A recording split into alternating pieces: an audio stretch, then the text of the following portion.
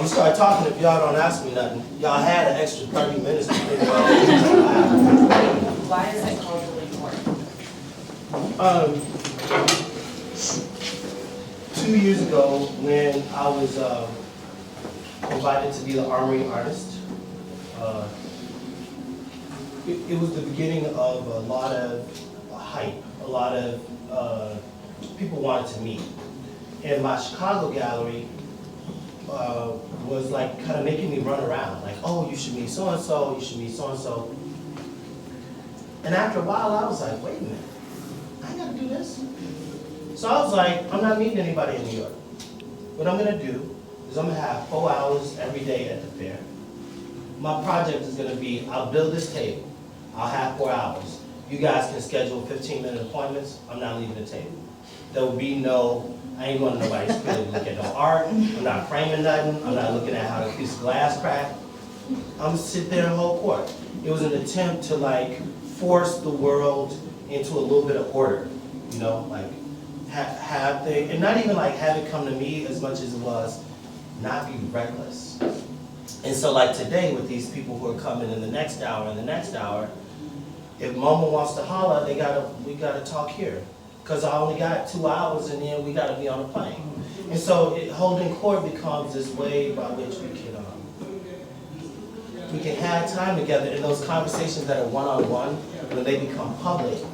I mean, it's the conversation that we all wanna know, like, how do you negotiate when a museum is saying that they want 40% off the value of the work, and you really think that that piece should be placed? What do you do when you know that the collector is buying two, they're buying one for the museum, one for themselves, and that there's a kind of tangible write-off, there's a tangible value that they get, whether they buy it at the full price or not? How do you negotiate those things? And I feel like some of that stuff should be made more public. And so there's a kind of, holding court is a little bit about transparency, a little bit about making private conversation public. You talk about the sips up scene part of that? Like Yeah. You know, the challenge of loving to do many things and having done lots of different things over a long time, the challenge is that people don't know what to do with that. Like, you know, it feels a little bit dilettante. But it also means, but the positive side of that is that you can make a choice around which aspects, if I'm responding to a question, what's the best form to respond in? And so some of it is just like, you know, I want to sip on my brandy, I want to sip on my tea. We could convene, this could be a dinner conversation. It might lead me to singing, you know, and singing might be the best form to respond to a thing. I just like those words together. Yeah. When I was younger, I had finished grad school, I was working in Chicago, I was thinking about coming to the Studio Museum. And there was no way that I could afford to leave Chicago for a year, leave my job with no guarantee that there would be another job. There's no way that I could break the professional track that I was on because I already had student loan, I already had this thing that wouldn't wait. And I didn't have a sense of how I might be able to do it. And so, you know, these opportunities are exciting because it's like this becomes the residency. You know, like this, it's like the kind of early. It's a reclamation of my art childhood in a way. But it's also a really sweet way to come in to be able to reflect on, you know, on the last couple of years and kind of what an artistic practice means, and then share that. You know, this is the first time that I'm really being present in the studio, and so I didn't brush my teeth because I wanted to try to spend as much time as I could with y'all, you know, and say that to take an organization from a known organization to a superpower, and the psychic work that's being done in the world around the value of Black artists that the fact that you can locate that with like 1 or 2 spots is a big deal. So there's the work that we do every day, but then it's like what that work represents in the world. And I think about that a lot in my own artistic practice, that like, I don't know if I'm actually making work just to make work. I don't know, like if I make a move, I'm thinking, I could really fuck up the landscape. I could really, it's like, so the work is the work, but then the work represents something. And so, but some people don't have that burden, or some people are like making the work, and I'm like, oh my God, I love what I'm doing. But sometimes I don't even love the work as much as I think that the work is a necessary way of representing. And I don't feel like I gotta love the work as much as like the work needs to create a kind of opening so that other people who are extremely passionate about the work and don't really care about what it represents, they can then make this new work. That now there's a team of urban planners who feel like, oh, I could actually make the city my question. And when I was in design school, I was also pretty good at painting. I could leverage my love of painting with my knowledge of the city to maybe do this other kind of thing that might have a home somewhere. And so it's like the willingness to be like, oh, well, I need to make this work so that this thing can open. Like, who knows if you want to label all the things F words. But by labeling them F words, then it's like, oh, that creates an opening, right? It becomes a device. And so one has to just be clear about aspiration and aspiration's relationship to power. You can do this because you think God gave you a voice and you should sing your song like Alita Adams or something. But you can also understand that like if you sing that song, it may mean that there's a way of singing that other people might adopt, which is sweet. Can I ask you about the role of like spirituality in your work? Because I think with this work, it all feels like a safe space that kind of has its own projection. I just wonder if it's also I don't know, almost like spirituality. The role of Spirituality. spirituality, yeah, we can talk about that. It's becoming a bigger question. Like say,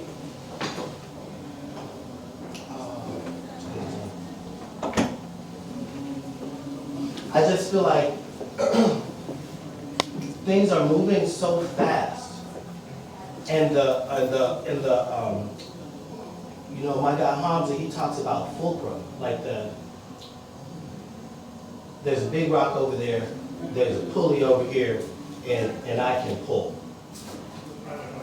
And I used to pull, and the rock was really heavy, and I'd be like, maybe because like I didn't have a lot of distance and I couldn't get back from the fulcrum, and I couldn't do this, or whatever. The pulley was too small. But as those things shift, it's like, man, I gotta be really careful about what I say. And then it's like, well, what does that rock represent? Like, say, early on, the rock was like my capacity to believe that I had the right to make art, or my capacity to whatever. Or then it was like, the rock represented a certain kind of, will the work be legible in a certain way? Or am I balancing the things that I want to say with the things that the market will hear, whether I say it like that or whether I mean it like that? Like the rock was a kind of burden, the black burden of, do I have to save the world as I make these works of art, right? Right? But whatever the rock is, and maybe the rock has gotten bigger, it feels easier. Like something else has been growing. And that growth feels like spiritual growth, like sincere spiritual growth, which is maybe never on the table exactly, except when I'm crying. But I feel like I spend enough time with religion and studying black religion with the white woman who started Howard's divinity program. Like I've been around spirituality enough to understand that like the things that hang us up as black folks, when you start talking about real spiritual stuff, it's much bigger than black. And I feel like in a way, the art world provides this amazing platform where sincerity shared looks like untouchable performativity. Just because like people ain't used to looking at sincerity. They don't know what it looks like. We're used to looking at cynicism and iconoclasms and mockery. So it's like, well, what if I just didn't waste a whole lot of time with that stuff and tried to, and if there was ever a part that felt like a kind of activist impulse, that activist impulse would just be like speaking truth, or being. It could also be some Virgo stuff.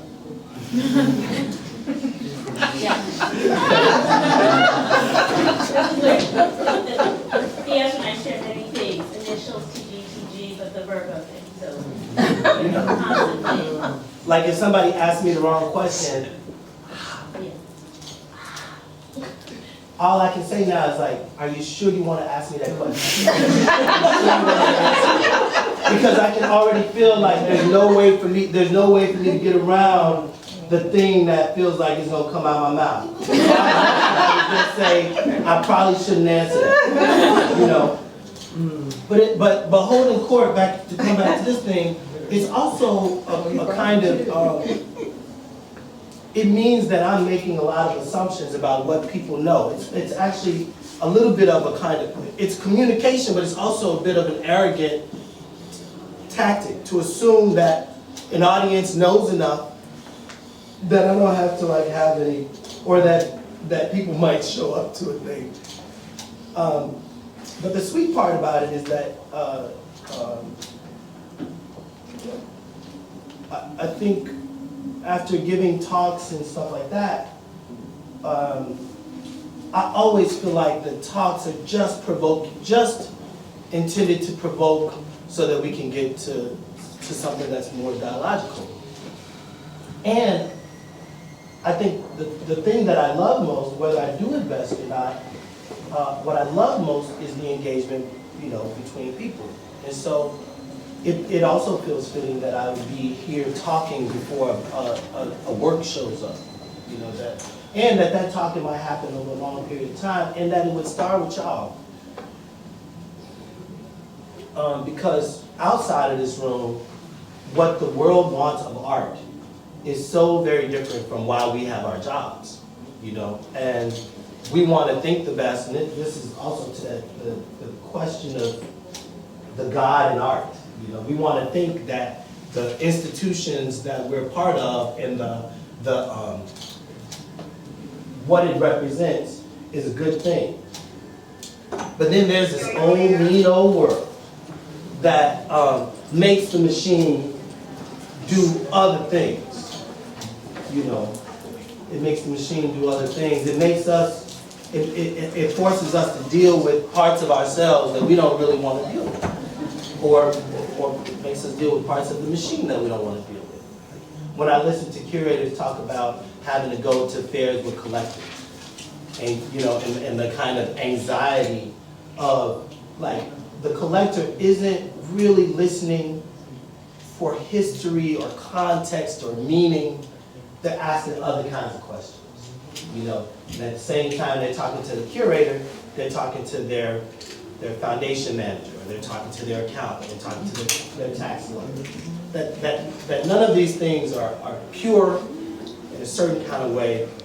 And so we either develop a way of continuing to be our best selves with full knowledge of a complex world, or we do with, you know, like one time I saw Hans Hoppen, and I asked him about his gallery, he was like, I don't want to talk about money. You know? And it's like, all right.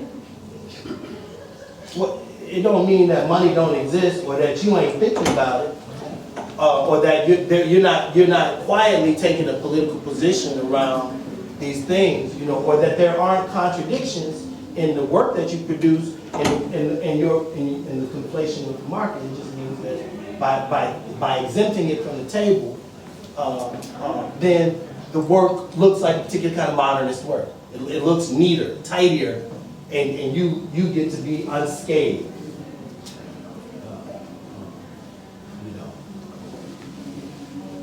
Can I make a suggestion that folks ask questions like one after the next, and then you give a response as a kind of culmination? Sure. So kind of popcorn style, folks ask questions. I'm listening. Go ahead. When you had the Golden Court the first time at the Armory, were people approaching you? Did you notice the shift in sincerity in the questions and conversations that you had with people, or did you allow your own expectations about how conversations would go to affect the way that you engage with people? Okay. Anybody else? Can you talk a little bit more about music in your work? Yeah. Anybody else?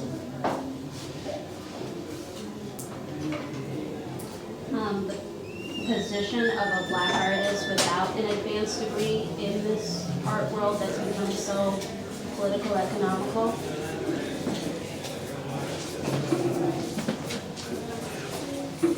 Can we close that door for her? Okay, so we'll deal with those, what, it's like 5 minutes left? Yeah, 5 minutes? Yes, all that matters. Right. So a couple things happened at the fair. This was my attempt at creating an object that was not for sale. We had some big chalkboards. We were just gonna have some conversations. I get up on the chalkboard. There's a couple from New Jersey. They say, hey, we got this thing in New Jersey. We're trying to figure out this. Can you help us with a plan? I write out a plan. The couple says to Kadi, God, we love this. We want to buy this. That my idea, my platonic idea, immediately became a commodity. And they were kind of buying the trace. They were kind of buying the plan. They were buying that moment. And I was like, huh. So my gallery comes over to me and says, Theaster, the couple that you just laid out this plan for wants to buy your chalkboard. I say, okay. Okay. Well, that means I can't erase it. That means, you know, and he was like, well, how much do you think we should sell it for? And I was like, I don't know if I'm there. Like, this was supposed to be platonic. This was supposed to be, you know, kind of I was supposed to be making this point, 45,000.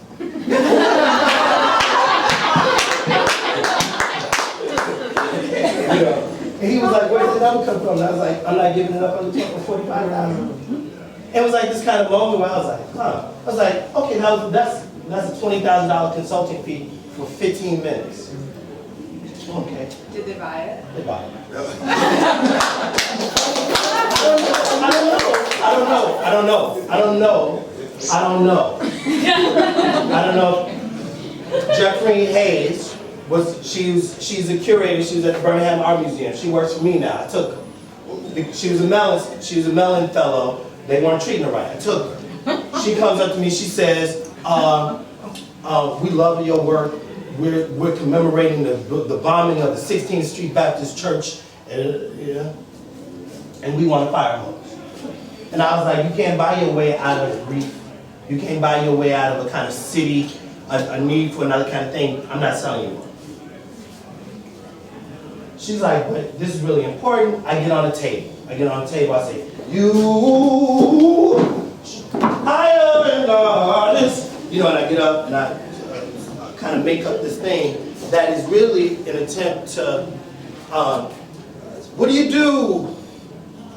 Put my Martin voice on. What do you do when your custodial staff is all black and your curatorial staff is all black?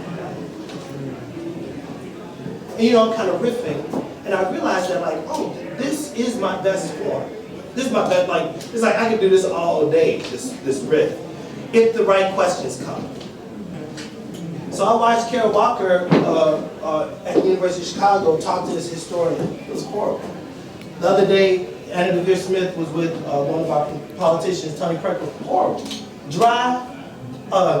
Anna was bored out of her mind, you know. And I was like, what do you do, you know? And so sometimes I have to entertain myself. You know, you gotta like just filibuster them out, type of style.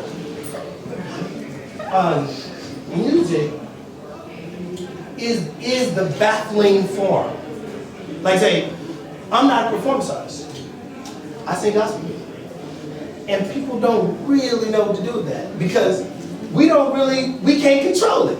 When the moms go in, we go in like it's like the Apostolic Church of God in Christ. We don't know what we're doing. We lose our minds. We start running around, and I'm telling you, it's performance in the same way that it's performance at the Kojic Church.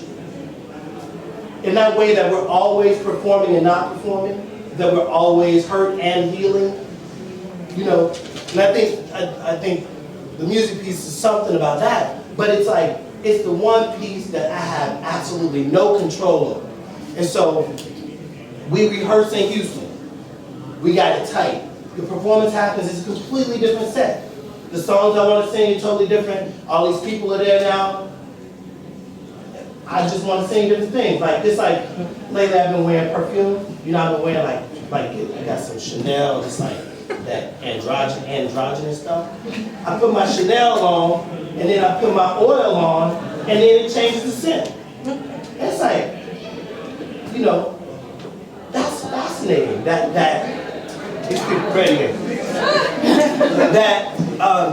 form has the capacity to shift relative to these other fluxes, these things that can act as positive or negative flux moments in our lives. Y'all got fun? Thank you. Thank I'm you. so honored to be